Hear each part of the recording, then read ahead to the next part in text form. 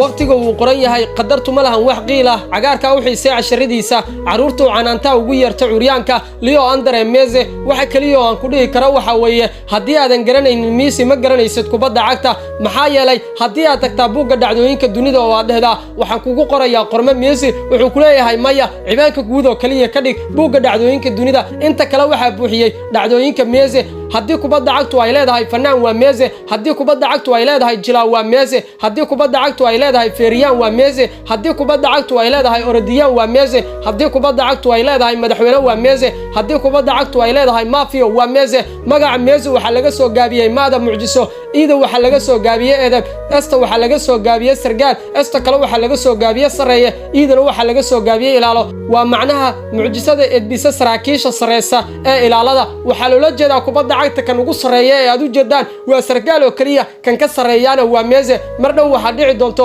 kubadda cagtu magaceeda ama tusaaleeda waxa laga dhigayaa Messi ma aragtay kubadda cagtu ma maqashay ayaa loo jeedaa kubaddu waxay ooyin doontaa hal maalin waana maalinta ay weyso Messi oo kaliya